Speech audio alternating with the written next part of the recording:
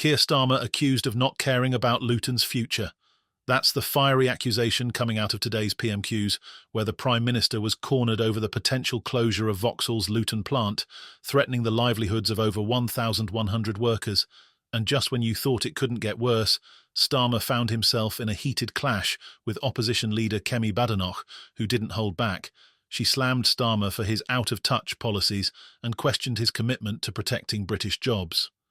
Buckle up, because this is about to get intense.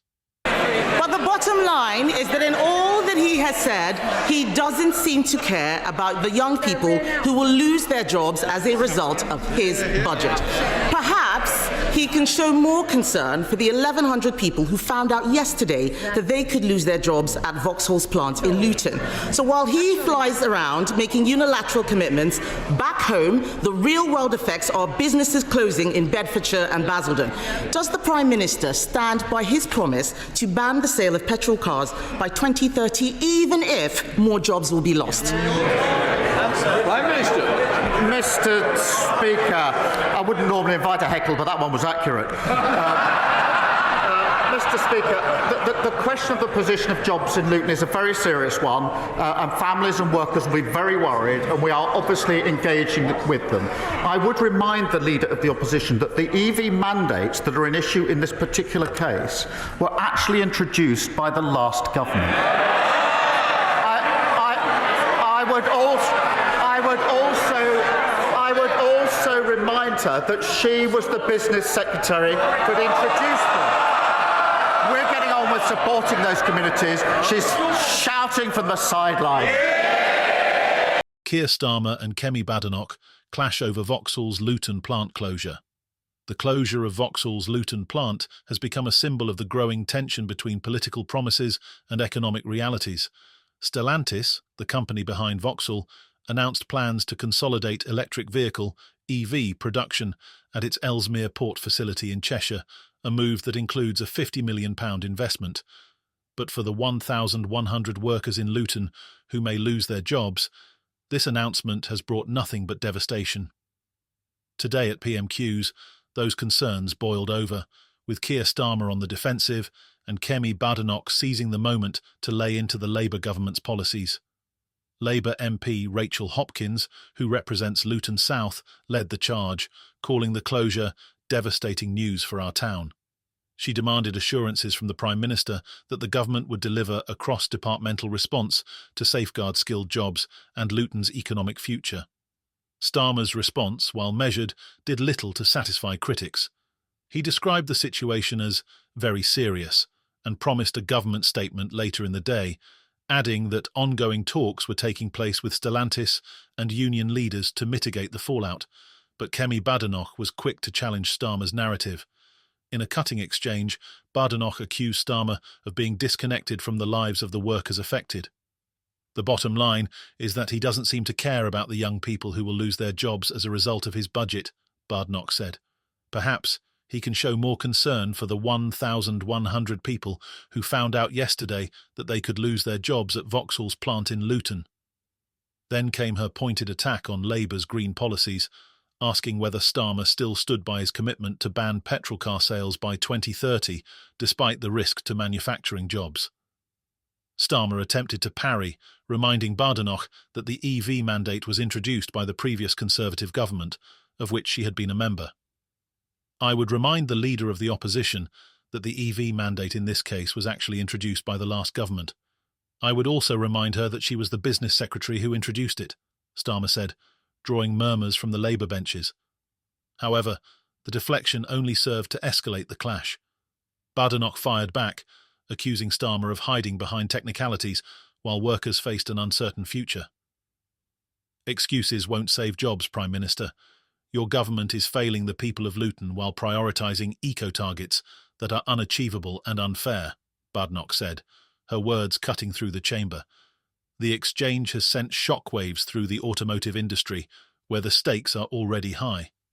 The zero-emission vehicle, ZEV mandate, which requires 22% of car sales and 10% of van sales to come from zero-emission vehicles by the end of the year, has created anxiety among manufacturers. Industry leaders have warned that the aggressive timeline is stifling competitiveness, with companies like Stellantis opting to consolidate operations in fewer, more cost-efficient locations. For Stellantis, the move to Ellesmere Port may make business sense, but it leaves the community in Luton in turmoil. Unite, the trade union representing many of the affected workers, has called the decision a betrayal. This is a slap in the face to the workers who have made Vauxhall a household name, a union spokesperson said. We need government intervention now, not empty promises. As the drama unfolded in Westminster, the broader implications for Labour's economic strategy began to take centre stage. Chancellor Rachel Reeves has faced growing criticism for her handling of the budget, which includes a £25 billion increase in employers' national insurance and a total £40 billion tax-raising package.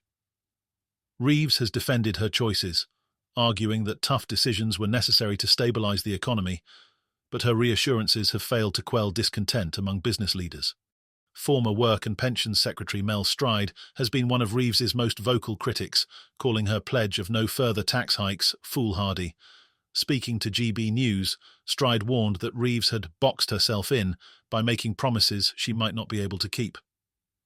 The Chancellor has created a situation where any further economic pressure will force Labour to backtrack, undermining its credibility, Stride said. The controversy has extended to the business community, where the response to Labour's budget has been overwhelmingly negative. Rupert Soames, chairman of the Confederation of British Industry, CBI, accused the government of treating businesses like a cash cow. Meanwhile, Halfords and AO have signalled potential price increases and cutbacks, citing the additional costs imposed by Labour's tax policies. Against this backdrop, the closure of the Luton plant has become a flashpoint for broader dissatisfaction with Labour's approach to economic policy.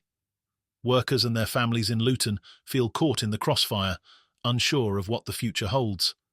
For them, today's fiery PMQs session may have been little more than political theatre. Outside the plant, local residents expressed anger and despair. It feels like we're being abandoned, one worker told GB News. They're playing politics while we're the ones who have to live with the consequences. We don't need promises, we need action. For Keir Starmer, the political fallout from the Luton closure could prove to be a serious challenge. Labour has staked much of its credibility on being the party of working people, but today's events have exposed cracks in that image. Meanwhile, the Conservatives, emboldened by Badenoch's performance at PMQs, are doubling down on their criticism of Labour's policies. In a tweet shortly after the session, Badenoch wrote, "Actions speak louder than words. Labour's just transition leaves hard-working Brits behind. Luton deserves better."